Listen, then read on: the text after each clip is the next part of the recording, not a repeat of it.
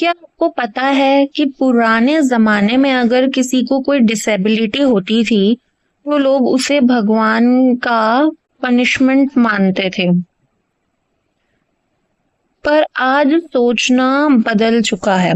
आज के इस वीडियो में हम इंट्रोडक्शन टू डिसेबिलिटीज को इतने आसान शब्दों में समझेंगे कि आपको रट्टा मारने की जरूरत नहीं पड़ेगी और आप अपने एग्जाम्स में फुल मार्क्स स्कोर कर पाओगे।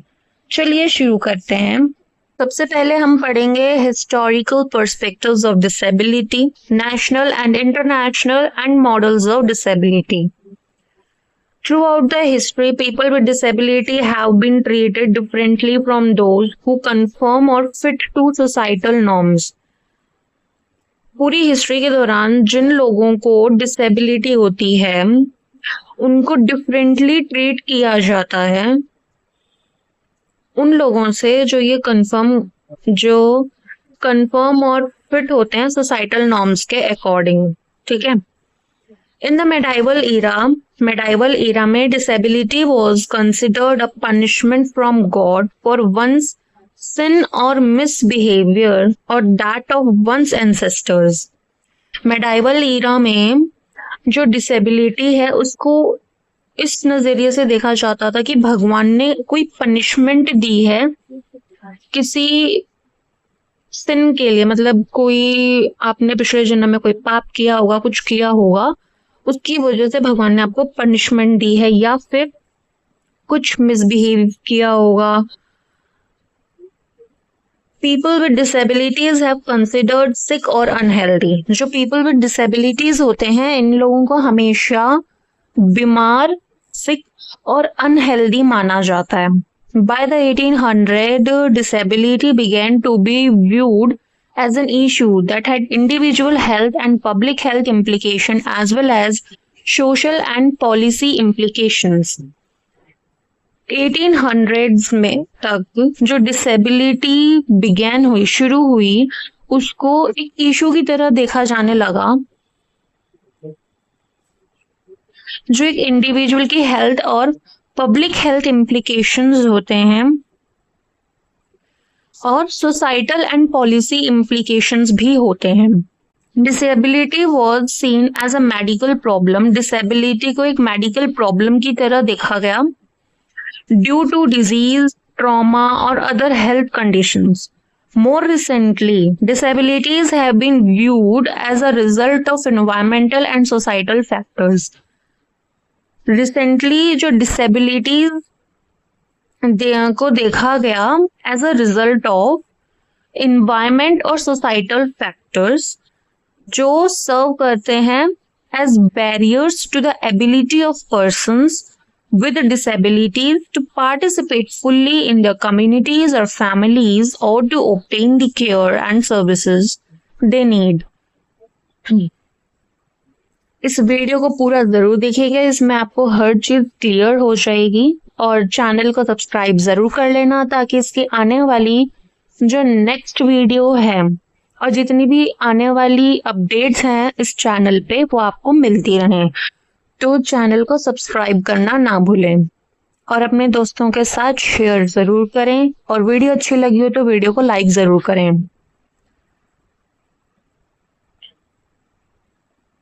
अब हम पढ़ेंगे मॉडल्स ऑफ डिसेबिलिटी के बारे में। ठीक है। Models of disability are tools for defining impairment and ultimately for providing a basis upon which government and society can devise strategies for meeting the needs of the disabled people.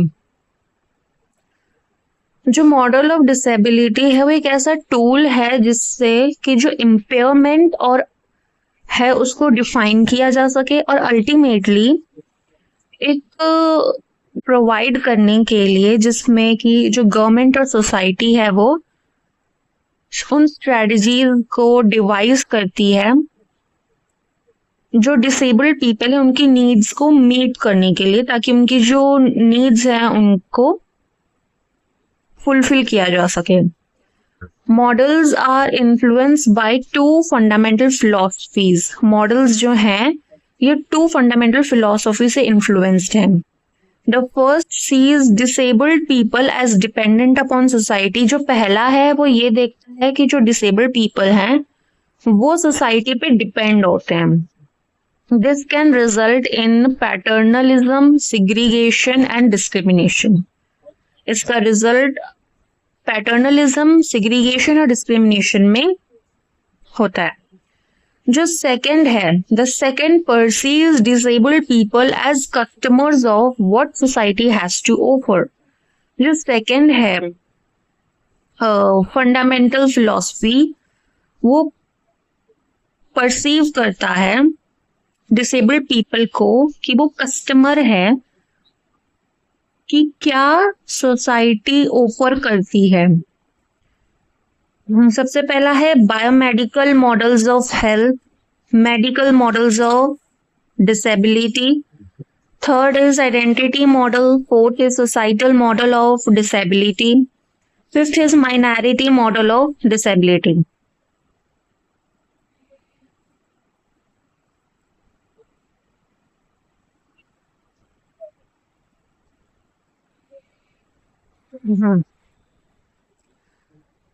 फिर है expert और professional model of disability, tragedy, charity model of disability,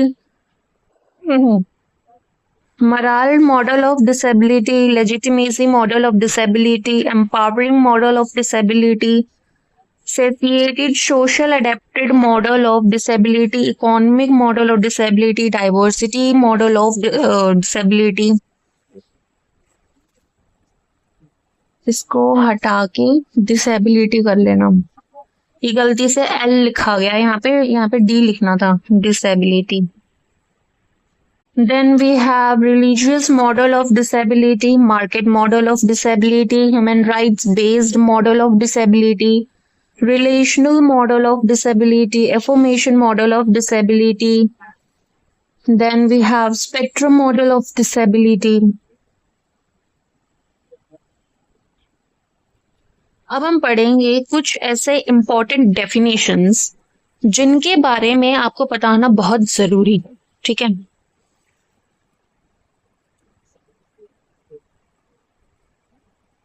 मैं आपको बता देती हूँ total 6 definitions हैं, ठीक है। और इन्हीं 6 डेफिनेशंस के बीच में अक्सर हम लोग बहुत ज्यादा कंफ्यूज्ड होते हैं। ऑलराइट, तो सबसे पहले हमारी जो इम्पोर्टेंट डेफिनेशन है, इस सारी 6 की 6 इम्पोर्टेंट डेफिनेशंस हैं, ठीक है। और ये आपको बहुत ही हेल्प करेंगी, फिर चाहे आपके इंटरनल असेसमेंट में रिटन एग्जाम हो या फिर एक्सटर्नल ही क्यों ना हो, ये हर जगह पूछा जाता है, ठीक है। और डेफिनेशंस तो आपको पता ही है बहुत इंपॉर्टेंट होती हैं। तो चलिए शुरू करते हैं। सबसे पहली इंपॉर्टेंट हमारी डेफिनेशन आती है हैंडीकैप की, ठीक है। इसमें सबसे ज्यादा बच्चे कंफ्यूज होते हैं।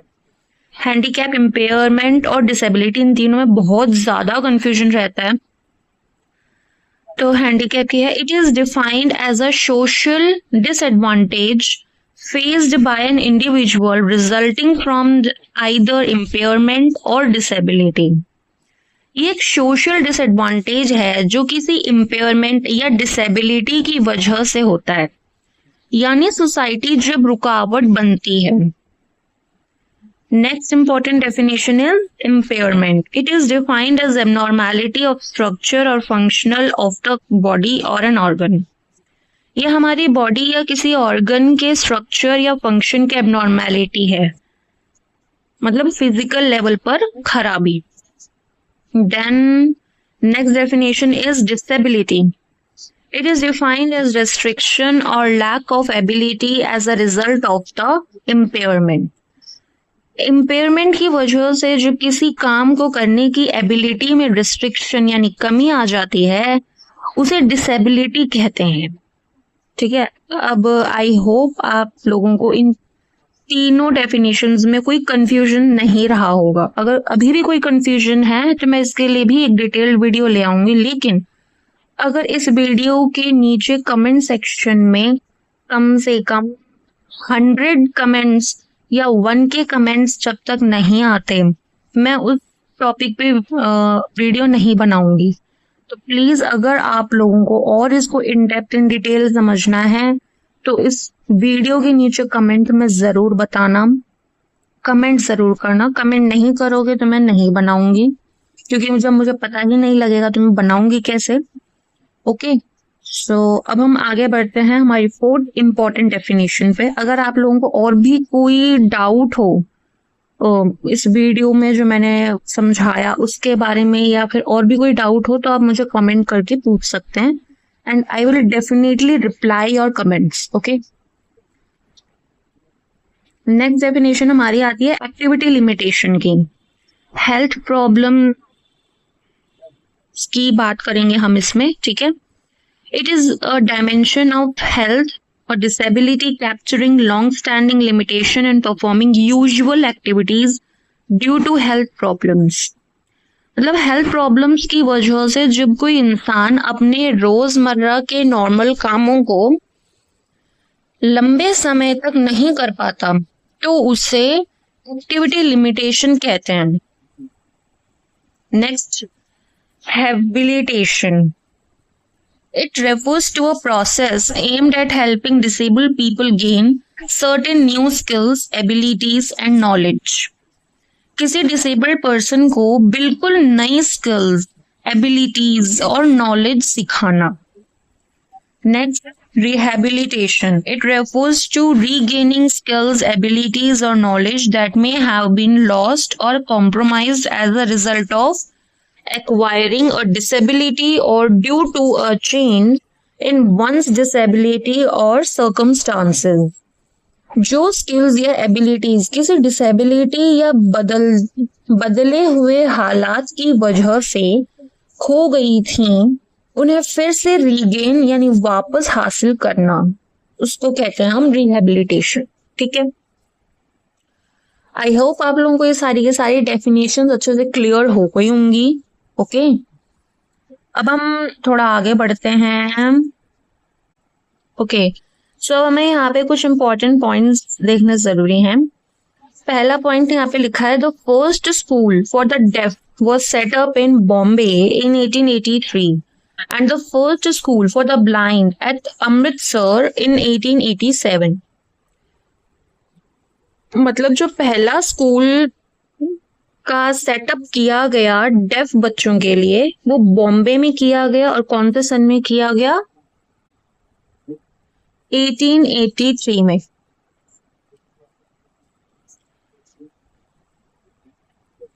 और जो फर्स्ट स्कूल ब्लाइंड बच्चों के लिए बनाया गया अमृतसर में, वो था 1887 में बनाया गया। अच्छा, अब यहाँ पे एक चीज ध्यान रखना, यहाँ पे कंफ्यूज मत होना। यहाँ पे जो डेफ बच्चे थे ये बॉम्बे में बनाया गया था 1883 में, राइट। ठीक है, तो यहाँ पे ये चीज ध्यान रखना कि डेफ बच्चों के लिए बॉम्बे में 1883 में बनाया गया, और जो फर्स्ट स्कूल था ब्लाइंड के लिए वो अमृतसर में बनाया गया था 1887 में। ये कुछ इंपॉर्टेंट चीजें हैं जो आपको याद रखनी होंगी, ठीक है, क्योंकि दोनों ही स्कूल हैं, पहले स्कूल हैं। ठीक है, डेफ के लिए जो पहला स्कूल था बॉम्बे में बनाया गया था 1883 में, और जो ब्लाइंड के लिए जो फर्स्ट स्कूल बनाया गया था वो अमृतसर में बनाया गया था 1887 में। ठीक है, तो आगे बढ़ते हैं।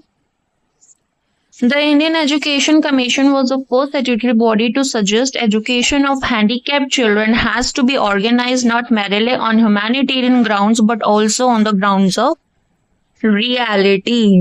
मतलब कि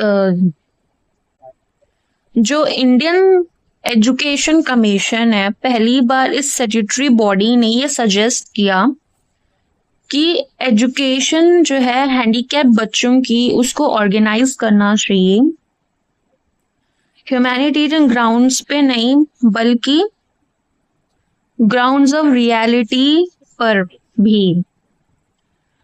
The major achievement was, however, the launch of the Integrated Child Development Scheme program is 1974 as part of the India's fifth 5-year plan. अब देखो यहाँ पे भी बहुत इंपॉर्टेंट पॉइंट आता है एक कि जब इंटीग्रेटेड चाइल्ड डेवलपमेंट स्कीम यानी ICDS लॉन्च हुआ था, ये इनकी बहुत बड़ी अचीवमेंट थी और ये इंडिया का 5th 5-year प्लान था. Alright. Schemes of Ministry of Social Justice and Empowerment for Children with CWS and Children with Special Needs.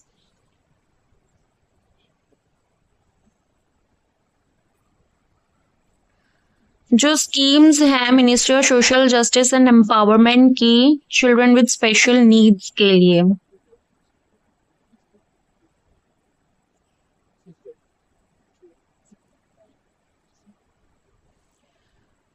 आज के टाइम पे ministry of social justice and empowerment की तरह की स्कीम्स चलती हैं. PWDS यानी पर्सन्स विद डिसेबिलिटीज और CWS and children with special needs के लिए.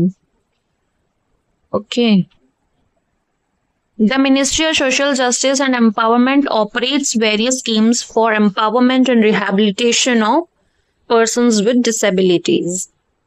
The schemes aim at to promote physical, psychological, social, educational, and economics rehabilitation and development of persons with disabilities to enhance their quality of life with dignity. In schemes का मकसद है disabled लोगों का physical, psychological, social, educational और economic development करना ताकि वो अपनी लाइफ पूरी डिग्निटी यानी इज्जत के साथ जी सकें. हमारी आज की वीडियो यहीं पे खत्म होती है और चैनल पे से जाने से पहले चैनल को सब्सक्राइब जरूर कर लेना ताकि आने वाली जो भी नोटिफिकेशंस हैं, जो भी वीडियोस हैं, जो भी अपडेट्स हैं वीडियोस की, वो आपको मिल सकें. एंड यस, अगर आपको सेशन अच्छा लगा हो, वीडियो अच्छी लगी हो तो लाइक जरूर कर दीजिएगा और अपने फ्रेंड्स के साथ शेयर जरूर करिएगा. Thank you.